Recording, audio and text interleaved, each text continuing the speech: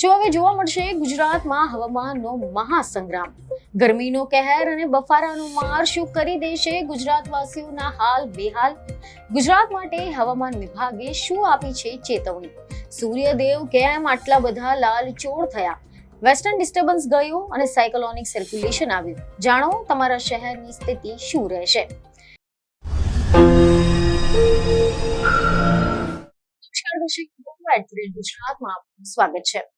તો દર્શક મિત્રો, આજે આપણે વાત કરવા જઈ રહ્યા છીએ ગુજરાતના હવામાનમાં આવેલા એક મોટા ફેરફાર વિશે કે જે છેલ્લા થોડાક દિવસોમાં રાજ્યના દરેક ખૂણે અનુભવ થયો છે. અત્યારે તો આખું રાજ્ય કુદરતના બેવડા મિજાજનો સામનો કરી રહ્યો છે. વેસ્ટર્ન ડિસ્ટર્બન્સની અસર હેઠળ રાજ્યના અનેક વિસ્તારોમાં કમોસમી વરસાદ અને કરા પડ્યા બાદ વાતાવરણમાં થોડીક ઠંડક પ્રસરી ગઈ હતી. ત્યાં હવે હવામાનના પલટાએ ફરી એકવાર ચિંતા વધારી દીધી છે અને આ વખતે કુદરતનો પ્રકોપ ગરમીના સ્વરૂપમાં આવી રહ્યો છે. થોડા દિવસો પહેલા જ જ્યાં આકાશમાં ઘેરા વાદળો છવાયેલા હતા, વીજળીના કડાકા સાથે કમોસમી વરસાદ વરસી રહ્યો હતો અને અનેક વિસ્તારોમાં કરા પણ પડ્યા હતા, ત્યાં હવે દ્રશ્ય સંપૂર્ણપણે બદલાઈ ગયું છે. આજે વાતાવરણમાં ગરમીનો તાંડવ જોવા મળી રહ્યો છે, જાણે કે કુદરતે અચાનક પોતાનું મૂડ બદલી નાખ્યું હોય.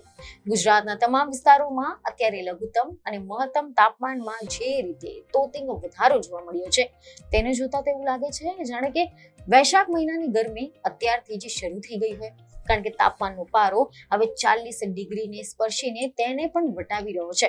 ખાસ કરીને સૌરાષ્ટ્રના વિસ્તારોમાં તો હીટ વેવ એટલે કે કાળઝાળ લૂ લાગવાની પૂરેપૂરી શક્યતા છે.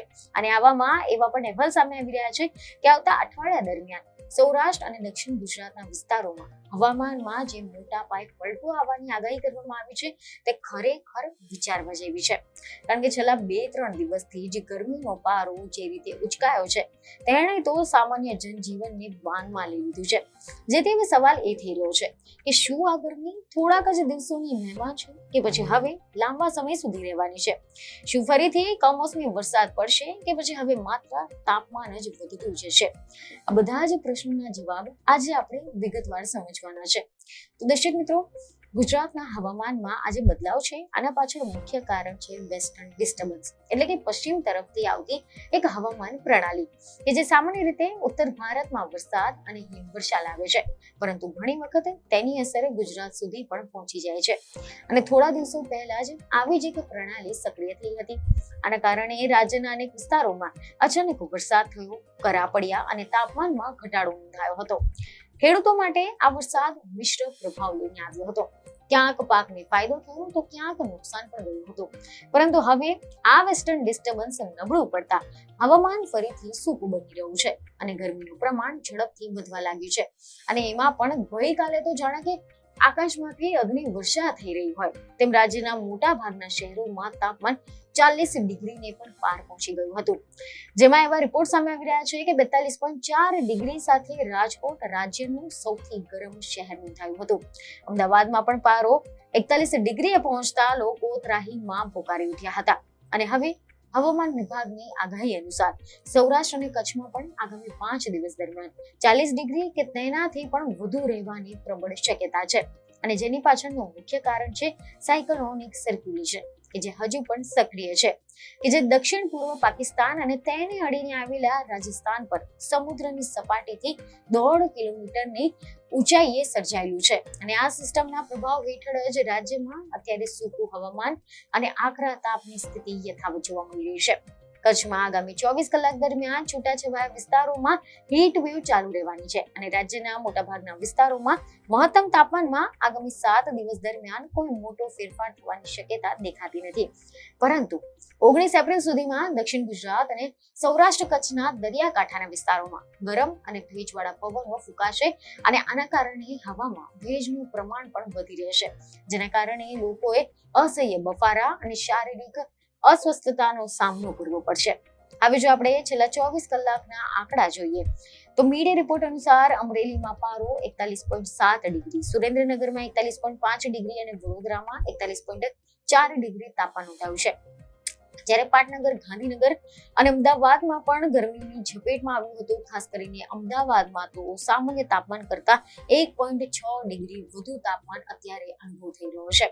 એવા પણ અહેવાલો સામે આવી રહ્યા છે કે હવામાન વિભાગનું કહેવું છે કે આગામી 5 દિવસ સુધી અમદાવાદમાં આકાશ એકદમ સ્વચ્છ રહેશે. આના કારણે સીધો સૂર્યપ્રકાશ ધરતી પર પડશે અને ગરમીનું પ્રમાણ 41 ડિગ્રીની આસપાસ જળવાઈ રહેશે. એટલે કે હવે કમોસમી વરસાદની કોઈ જ શક્યતા નથી, પરંતુ ગરમી અને બફારાનો માર સહન કરવા માટે તૈયાર રહેવું પડશે. આ પરિસ્થિતિમાં આરોગ્ય વિભાગ પણ સતર્ક બન્યું છે, કારણ કે હીટ વેવ અને ભેજવાળા વાતાવરણના કારણે ડિહાઇડ્રેશન અને હીટ સ્ટ્રોક જેવી સમસ્યા વધી શકે છે. સમયે બિનજરૂરી બહાર નીકળવાનું ટાળવું જોઈએ અને પુષ્કળ પ્રમાણમાં પ્રવાહી લેવું જોઈએ તેવું પણ સૂચન કરવામાં આવ્યું છે. મહત્વનું છે કે વેસ્ટર્ન ડિસ્ટર્બન્સ જે અગાઉ સક્રિય હતું તેના કારણે ખેતીના પાકને તો નુકસાન પહોંચાડ્યું હતું, પરંતુ હવે જે નવી હીટ વેવની સ્થિતિ છે તે પણ બાગાયતી પાકો, ખાસ કરીને કેરીના પાક માટે પડકારરૂપ સાબિત થઈ શકે છે, કારણ કે તાપમાનમાં આ રીતે અચાનક જે વધારો થયો છે તે ફળને નુકસાન પહોંચાડી શકે છે. ગુજરાતમાં દરિયાકાંઠાના વિસ્તારો જેમ કે સુરત, વલસાડ, નવસારી, ભાવનગરમાં ગરમી કરતા બફારો વધારે પરેશાન કરશે, કારણ કે દરિયાઈ પવનોમાં રહેલો ભેજ પરસેવો સુકાવા દેશે નહીં અને લોકોને અકળામણનો અનુભવ થશે. જ્યારે ઉત્તર ગુજરાત અને મધ્ય ગુજરાતના વિસ્તારોમાં સૂકી ગરમી અને ગરમ પવન એટલે કે લૂ વાવવાની શક્યતા રહેશે.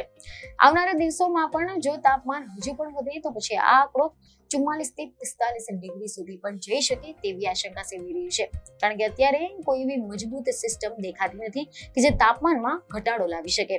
એટલે કે હવે ઉનાળો તેના અસલી મિજાજમાં આવી ગયો છે અને એપ્રિલ મહિનાના મધ્યમાં જ જો આ હાલત થઈ છે તો પછી વિચાર કરો કે મે મહિનામાં આ સ્થિતિ કેટલી વિકટ થઈ જશે તેની કલ્પના પણ કરવી મુશ્કેલ છે.